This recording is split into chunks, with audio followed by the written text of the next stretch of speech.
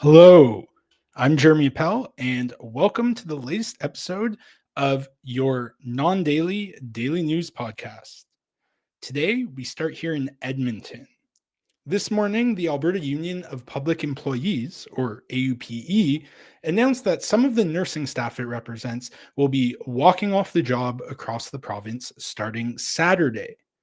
Earlier this month, 98% of an AUP bargaining unit, mostly consisting of licensed practical nurses or LPNs and healthcare aides, voted in support of going on strike.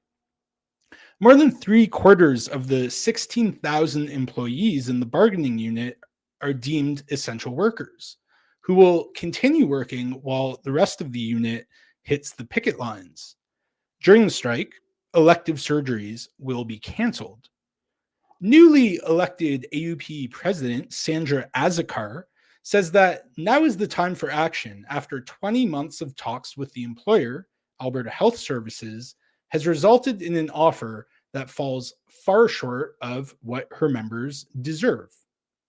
The government is proposing the same 3% annual increase for 4 years that it has for all other public sector workers. That includes the teachers who were forced back to work earlier this month. Additionally, it's offering market rate adjustments of 2% for healthcare aides and 9.5% for LPNs. AUP negotiator Kate Robinson says that while the LPN figure sounds like a lot, it actually increases the gap between the wages earned by LPNs and registered nurses from $15 to $20 an hour. Keeping the focus on Alberta, but moving to the international stage, Alberta's Ministry of Environment and Protected Areas has sent a single delegate to COP30, and they're an ex-lobbyist for big oil. Brett McKay of the Investigative Journalism Foundation reports that the ministry sent Assistant Deputy Minister of Air, Climate, and Clean Technology, Patrick McDonald, to the climate summit in Belém, Brazil.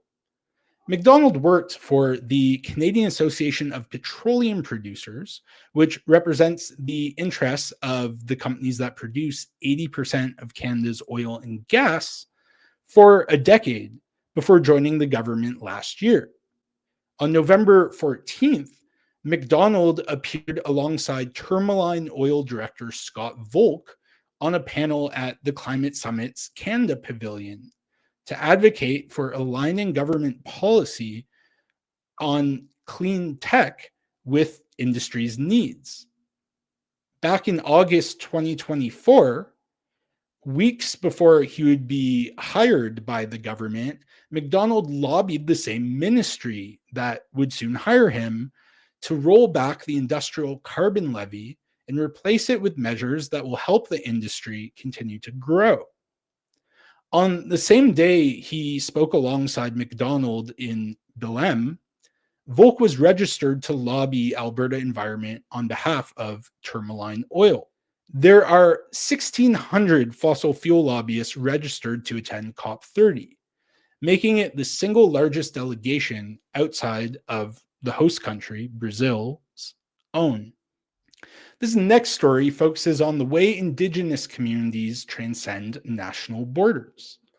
A group of tribal nations in Alaska are going to the BC Supreme Court to argue that they ought to be consulted on Canadian mining projects that occur on their traditional lands, which include parts of northern BC.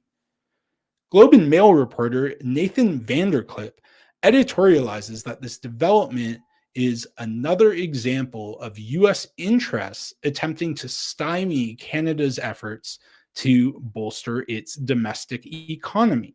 In the next paragraph, Vanderclip writes that there's a Supreme Court precedence for this intervention.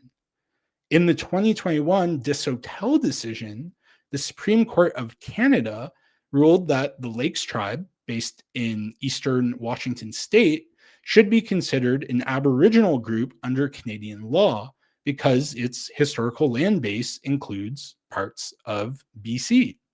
However, some First Nations leaders in Canada, such as Osoyoos Indian band chief Clarence Louie, argue that this decision eroded Canadian sovereignty.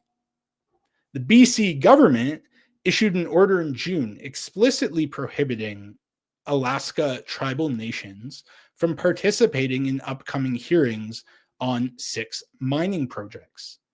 These projects include the transition of the Red Chris mine to underground mining, which would increase its copper output by 15%. Vanderclip, who centers this story around Canadian efforts to build its domestic industry, doesn't mention that this mine is majority owned by a Denver, Colorado based company, Newmont Corporation. That project is being fast tracked by Prime Minister Mark Carney, who boasted of the project's support from the Tahltan Nation in Dease Lake, BC. Esther Reese, president of the Southeast Alaska Indigenous Transboundary Commission, which represents 14 Alaskan tribes, says members are receiving notification of developments in the permitting process, but they can't participate in them. The commission's members include Tlingit, Haida, and Tsimshian tribes, all of which have a presence in BC. And now we turn fully to the US, where the House of Representatives and Senate near unanimously voted to order the release of all Justice Department files on the late billionaire sex trafficker Jeffrey Epstein. But as the Washington Post reported today, the legislation makes an exception for documents that would jeopardize an active federal investigation or ongoing prosecution, which could result in the withholding of many files. Epstein was close with President Donald Trump. Emails released by the House Oversight Committee last week include an exchange between Epstein and his close collaborator, Ghislaine Maxwell, who refer to Trump as the dog who wouldn't bark. In another email exchange with author Michael Wolff, Epstein says of Trump, of course he knew about the girls. By the end of the week, Trump instructed Attorney General Pam Bondi to order a federal investigation of Epstein's ties to the Democratic Party. This would include figures like President Bill Clinton, Barack Obama Treasury Secretary Lawrence Summers, and billionaire megadonor Reid Hoffman of LinkedIn fame. That new investigation could become a reason for the Justice Department to block release of many files, note Washington Post reporters Perry Stein, Jeremy Roebuck, and Theodoric Meyer. The bill, as passed, doesn't give Congress any new powers to challenge the Justice Department's decision to withhold documents. The House could issue a subpoena and refer Justice Department officials who refused it for criminal prosecution. But the person responsible for laying those charges would be AG Pam Bondi, who oversees the Justice Department. Finally, we stay in Washington, D.C. to discuss the relationship between big tech, the U.S. government, and the Saudi theocracy. On Wednesday, Crown Prince Mohammed bin Salman of Saudi Arabia reached a deal for the Saudi state-owned AI firm, Humane, to build a massive data center in the Desert Kingdom to help power Elon Musk's xAI. Neither Humane nor xAI has disclosed the value of the deal. The New York Times reports that the agreement has been in the works for months, but was delayed by uncertainty over Saudi access to US semiconductors needed to power AI. The New York Times reports that the agreement has been in the works for months, but was delayed by uncertainty over Saudi access to US semiconductors needed to power AI. On Wednesday, the US and Saudi Arabia also entered an agreement for Saudi Arabia to purchase these semiconductors, which were stalled over US concerns regarding Saudi Arabia's relations with China. It's the art of the deal, baby. These agreements came the day after President Trump held a dinner honoring Prince Mohammed with major tech executives, including Musk, in attendance. Humane was created by Mohammed in May with funding from the $1 trillion Saudi Sovereign Wealth Fund. The goal is to make Saudi Arabia an exporter of AI, with a target of powering 6% of global AI workload. Musk already has deep business ties with the Saudi kingdom, which helped fund his $44 billion purchase of Twitter a few years ago.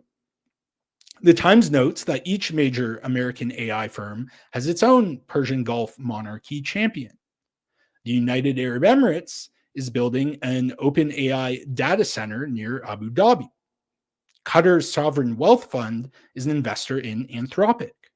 But Saudi Arabia appears to be the biggest magnet for tech firms, with Amazon, Microsoft, Nvidia, and Qualcomm expanding their footprints there.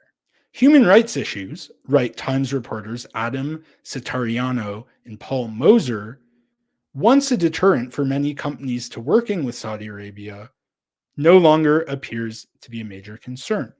Those are your top news stories for Wednesday, November 19th, 2025. If you liked what you heard, please consider becoming a paid subscriber to The Orchard. Otherwise, I'll catch you next time.